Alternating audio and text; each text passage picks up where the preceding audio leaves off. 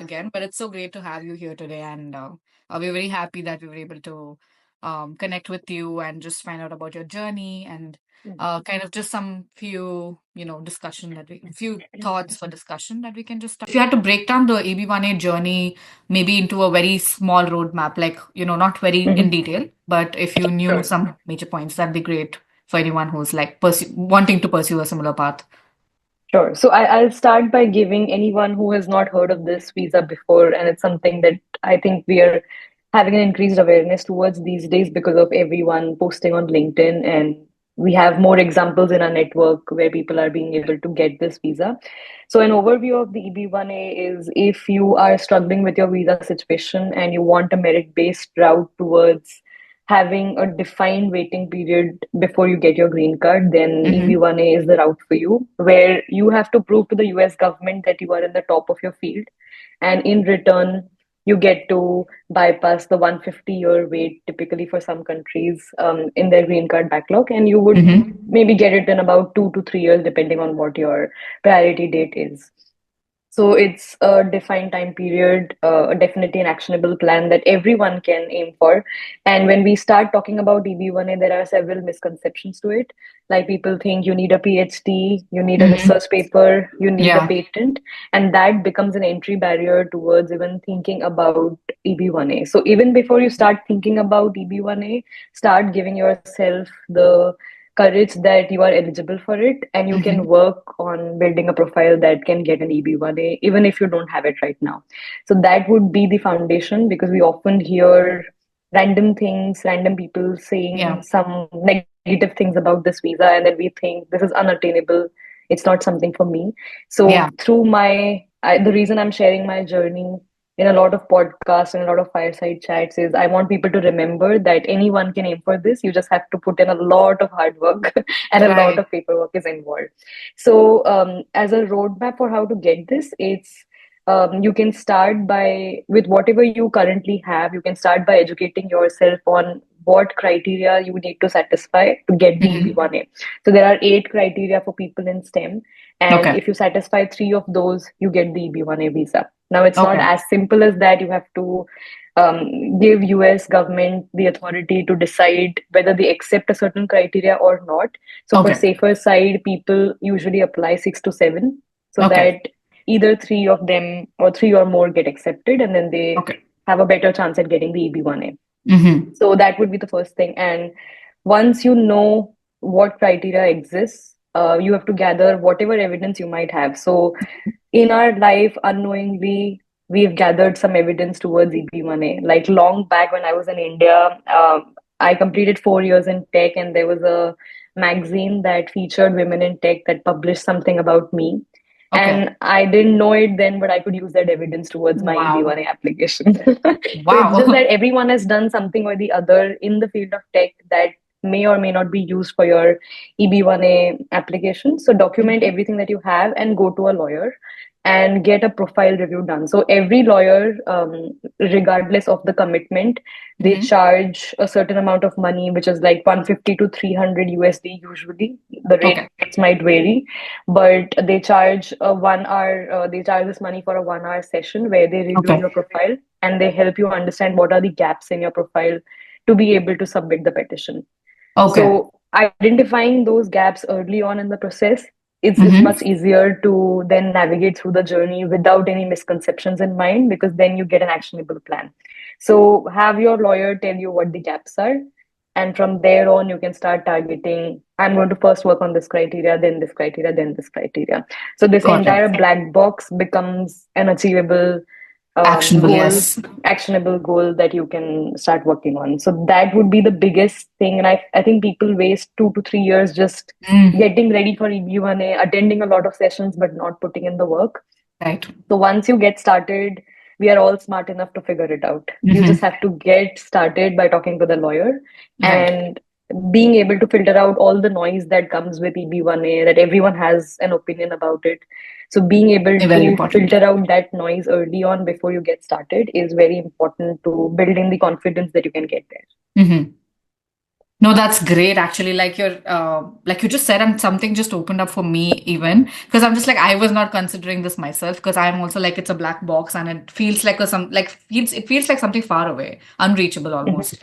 So now that you're just saying that you have to start putting in the work and then it'll like it's a lot of work for sure, but at least mhm. educating yourself on it and putting in the work instead of just listening to a lot of like you said, noise. Exactly. There's a lot of noise. I've seen A that lot of myself. noise. Everyone has an opinion. There's, oh my God, everybody is like, then it's never actionable. It's very vague everywhere, right? And people Mm, keep putting in these thoughts that it's not very common. So it's kind of like you just don't feel that motivation to achieve, like, put your actions towards it. You're just like, yeah, it's probably something very specific people do, and it's not for everybody. agreed. And then life gets in the way, and you have your desk job keeping you busy, and you forget to work Exactly. on it. So Exactly.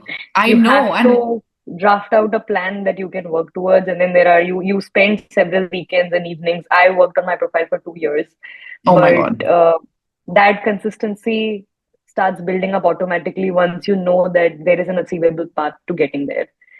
it's So I think a lot admirable of that. people just struggle with getting started part. That is the biggest entry barrier right No, now. Yeah, I 100%. mean, That's a coming to barrier like, that I know just you've mentored a lot of professionals throughout your, journey here, and I was just curious, do you see that there's a common mistake that people repeatedly make in their career in terms of like, I know you're big on personal branding and all of this too. So like any sort of, have you seen where people are usually scared to do something or just mistakes, meaning where that, hey, you could do, like you just broke one of those for us, being like, it's not out of your reach. Something like that that you Mhm. see generally when you've mentored people.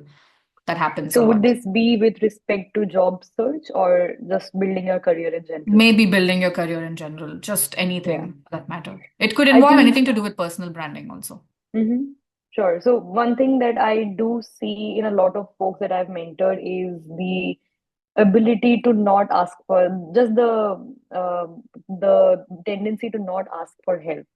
Everyone feels they are supposed to figure it out on their own. On. But surprisingly, and not very surprisingly, every problem that you have faced has been faced by someone else. Correct. So we need to look out for the community and look out for someone on LinkedIn that has gone through the same situation and ask very respectfully as to what advice they would have for us. And somehow you always figure out a way. I think in my process of EB1A, I learned to use LinkedIn very effectively. I would cold message 200 people, five would reach out, and something would come out of it. And Right. I would get some lead, some opportunity that could be counted as an evidence towards my EB1 application. So, whatever situation you find yourself in, do not suffer alone and Mm-hmm. always try to find someone on LinkedIn by cold messaging them, reaching out to them, and always be on the lookout for some person who can help you even as a one-off thing. It does not have to be a consistent mentorship session, but Right. anyone can be your mentor in terms of guiding you through a specific situation in a one 100%. time session call. No, that's So I would great. maybe if you do more of that, you again reduce the time towards achieving that goal instead of just procrastinating over it and sitting and suffering alone. No, for sure. I think this is one major this thing that I see come up in my own life as well because most of the times asking for help feels like, oh, like you can figure it out if you give it a little more time. Like you don't have to ask for help so quickly. Like that's something that even in tech we keep we're like keep trying to solve the problem. You'll get there eventually, sort of a attitude, which is good in cases. But sometimes you need to realize when you need to ask for help and kind of leverage your community to just you need help all the time. We're all like It's dependent on true. community And I for a lot. think once we come to the US, there are so many situations, be it the paperwork, be it the visa situation, 100%. something at work. Maybe it also comes from our culture that asking for help is seen as a sign of weakness, but Weakness, we need to yeah. start getting over those patterns. No, for sure. You're 100% right. Like, Post consistently. oh, okay, that's great. I mean, I've seen your posts when I did reach out to you, and it was like, wow, there's a lot of advice and there's a lot of relatability here, and something definitely that a lot of us will benefit from. So, if somebody were to start out today with regards to personal branding, and I'm sure a lot of people are hesitating to put that step forward, is there something that you think would help them to know, just as general, like when you started your own personal branding journey very seriously, let's say? What were some things that you wish you knew back then that would, Yeah, keep I you. think I when I started posting, and personal branding can be you sharing any type of content that's close to your heart. So it can be something technical, non-technical, something completely creative.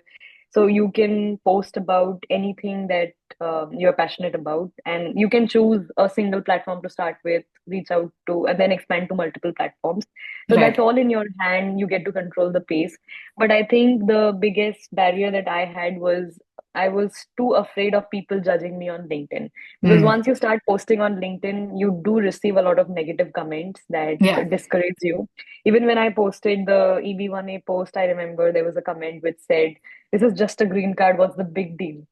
Oh, And so there okay. are people who are going to discourage you or maybe articulate in a way that hurts you, but Hmm. you have to develop a thick skin towards those comments, and that Yeah. should not deter the progress you're making. So the reason I still share on LinkedIn despite such hurtful comments is because a lot of people benefit from the personal journey that I share. And if I've faced a situation and I share my experience, I've noticed that that kind of content relates with a lot of people, People, yeah. and they then DM me asking for a specific question that they might be having in their life. So it always helps to share our personal experiences because they're very unique to our situation, yet Yeah. they are generic in terms of what other people face. So I've let that idea drive my personal branding journey rather than getting affected by just being too afraid of being judged. And this can Judged. also be being judged by your colleagues, or maybe you feel like your manager is going to read it and think you're not working. But none of that is true. None of that is true. No one cares Yeah. so much, and it's a given that you're doing this beyond your 9 to 5. That's true. So just being able to get out of that bubble and still being able to post whatever you're passionate about, that gives you immense confidence in life, in your career, in your personal life, everything. No, for sure. That's really amazing that, you put it that way because that is the one thing that is majorly the, reason why nobody does what they do, right? They all have these really incredible experiences that they want to put out and Mm. share with the world, but that's the first thing that comes to everybody's mind. Judgment from people around them, immediate surrounding, and then even That's strangers the for that biggest matter. fear. Yeah, That's it's true. always there. And no matter how far along in the journey you are, I think there's always that small imposter syndrome that you carry in certain areas, right? You keep Hmm. having that feeling come up here and there. And it could have been due to the judgment or it could have been just self-induced, but there's always that small thing at the back of our minds. It's really incredible how you rose above that and continue to, keep your journey free from all of that because it's really hard to get there and be indifferent or at least just not let that affect you. And again, that's amazing. Agreed. No, but Yeah. thank you so much for all that you've shared today. And I hope that we can continue to keep in touch. And if I'll closely follow your journey too and take And a if lot the of, community has any questions, I would be happy to answer them. We for can get on a sure. follow-up call. So whatever help you need. Amazing. Thank you so much, Ketaki. Really appreciate all your time and advice that you've given to us today. And I hope to see you again. And Also have a perfect. Topmate mentoring session that I can share. Okay. It's a paid one, Okay. but you can regardless you can share it. And if someone really needs in-depth review of their profile, then I think they can book that. Perfect. That'll be so helpful. Please send it to me and I'll keep in touch with you. Thank you so much for your time and I'll see you Sure. again. Thank Take you. care.